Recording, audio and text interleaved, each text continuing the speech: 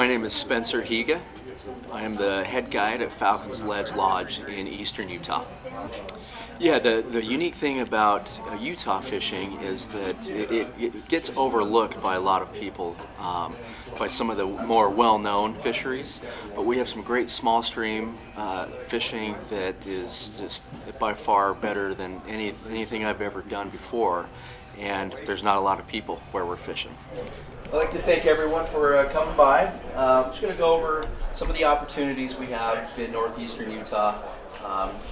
Anywhere from the Green all the way, or not the Green, the Provo all the way over to where we are, just south of the south slope of the UNM Mountains.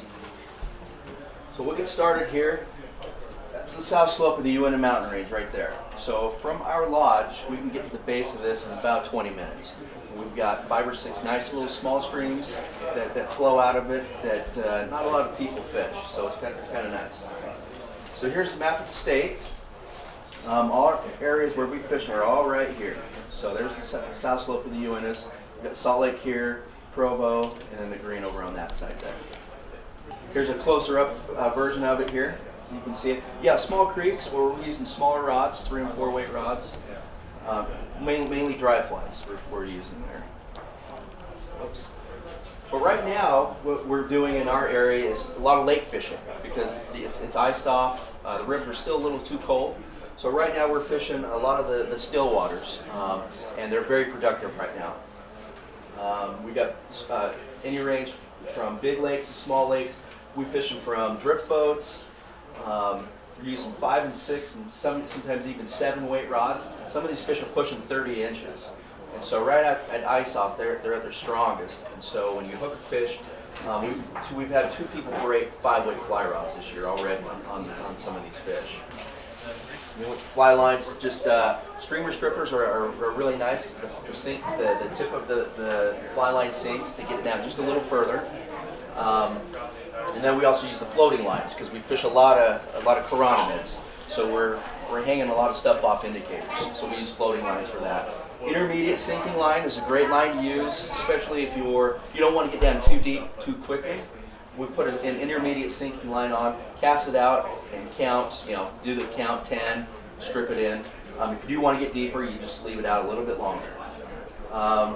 We do a lot of dry fly fishing on our lakes, so we get a lot of hatches of ants and calabatus. There's an ant right here. This is one of our top producing ant patterns. It's a foam pattern. It sits up real high, and during a cloudy day when it rains, these fish are really keen in on ants. Sometimes they go for a more realistic pattern, and this is an excellent pattern for that. Just a nice little fish there. Another fly that we get in our lakes are damsel flies. Sometimes this can be the best time to fish during the year when these damsel flies are coming out and they're swimming around. Has anyone seen a damsel fly, a live one? Where you just wiggle around. They're pretty quick. They move pretty quickly. So those fish really chase them down and eat them hard. There's a damsel fish right there. It's kind of hard to see, but there's a weed bed that runs up along here, and those damsels will crawl out, and those fish cruise up and down the weed beds looking for those damsel flies. Nice shot there. One of our better techniques for these lakes is with these indicators. It's called a slip indicator. So I'm going to show you real quick here what we do. It's pretty simple. Let's see. And the reason why we use these slip indicators is because it's easy to change the depth of where you're fishing. So you've got this indicator right here, and it's got a little pin in it. That's just a plastic stopper. So before you tie any fly, this is the end of your leader. Before you tie any flies on, you're gonna thread this through the top, just like this. So your flies are going to be right down here. So depending on how deep you're fishing, you move your indicator up, pop this, hang onto the line, and just crease it there. You can see that, and then just jam it in there like this. So we're fishing up to 20 feet, 25 feet deep sometimes. If you have an indicator on that doesn't slide, you're not going to land that fish. So when you set the hook, it slips. And you can see the indicator right here, right there, and the fish is just right below the surface. So we were fishing about 14 feet on this day. And again, if you try to land fish with 14 feet of leader out, it's almost impossible. Jordanelle Reservoir.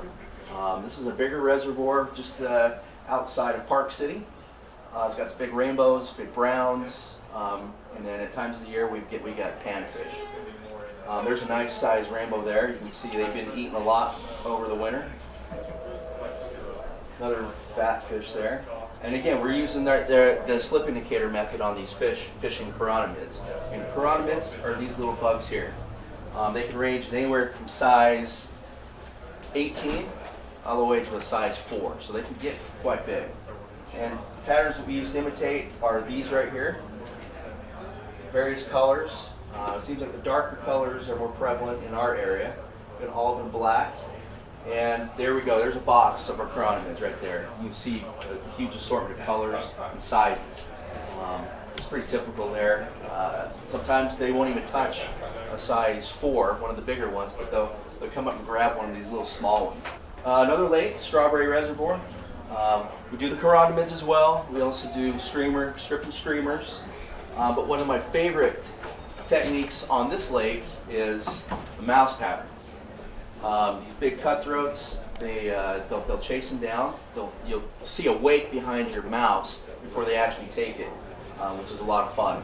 And there are no small fish that will take a mouse pattern in Strawberry Reservoir. The little guys won't even look at them, but you'll get a lot of takes from these big guys. You won't hook up on every one of them, but it's a lot of fun. It's a lot of fun stripping a mouse. You cast it out, you strip it in. Sometimes you strip it in quite, as fast as you can, and that'll get their attention. So right along here, we're going. Let's see. This is the Wasatch Mountain Range. This is where the Provo River comes out of. So this is the Provo River. The Provo River from Deer Creek down to the Utah Lakes, about 27 miles. The best fishing is through the canyon. Right here we're using 4, 5, and 6 weight rods, depending on the size, time of the year. And also the fly lines. So a 5-weight fly line is going to be ideal for where we're fishing here. The water gets up. A lot of people will really focus in on this water right here. All these fish on the Provo River are going to be up and down the edges right here. I see the mistake all the time where guys jump in the river and they walk right past where all the fish are. And these are where these big rainbows and browns are going to be hanging out. The main staple on the Provo River is the sow bug. These are the sow bugs. You probably know them as I don't know, we call them potato bugs. When I was younger, you touch them, they roll up into a ball. But you roll over rocks all over the Provo River, you're going to find these. And there's an imitation right there, sow bug imitation right in the top of his mouth. And there's our imitation right there. And we use sow scud dubbing for those of you that tie flies. It's one of the better colors that we use because when it gets wet, it darkens up a little bit, and it's got all those colors in it. Here's I watched these guys from the bridge. They walked right through all this stuff right here, right to the middle of the river, fishing that side, which there's fish all over, but they just walked over all these fish right there. So, and as you can see, those fish get right up against the bank. I don't know if you guys can see that, but there's fish right there. So these fish really, they'll get up in the super shallow areas of the river. You can see them. Okay, some hatches we get on the Provo River, blueing olives. And this is actually the time of year right now. We just started seeing them a couple of days ago. This is going to be some of the funnest fishing on the Provo River. Every fish in the river is going to be up eating in the riffles and the slack water. Good imitations, we use parachute Adams, and we also have parachute bluing olives. Other hatches we get a good stonefly hatch.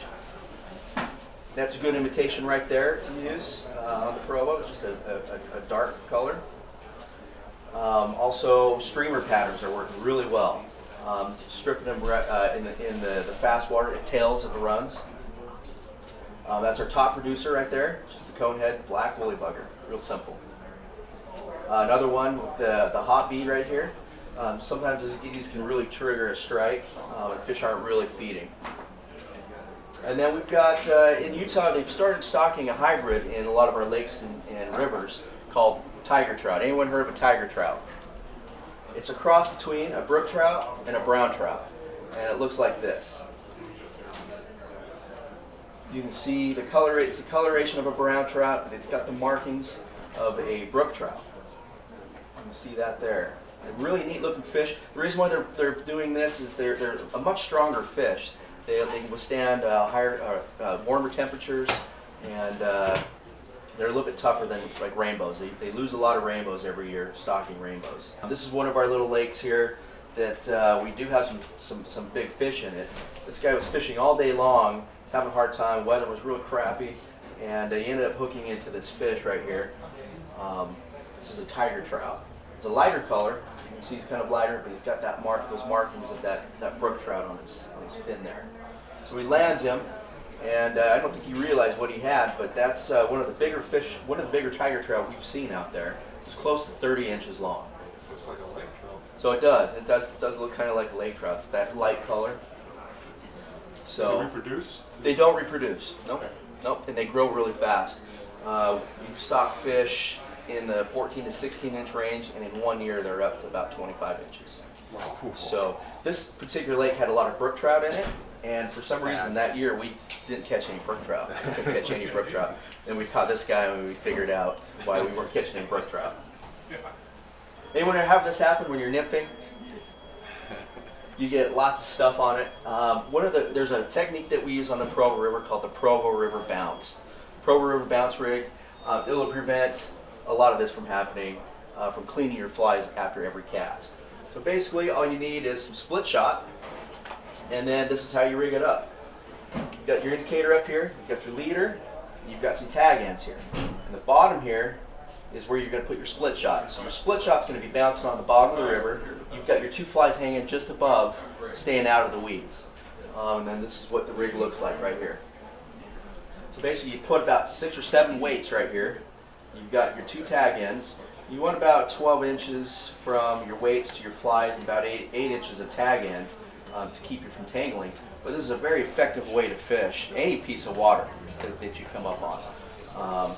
Again, when you get snagged up, you're losing split shot. You're not losing flies. If you got weeds or you got moss, you don't even have to clean them off your split shot. It really alleviates a lot of frustration after every cast trying to clean your flies off.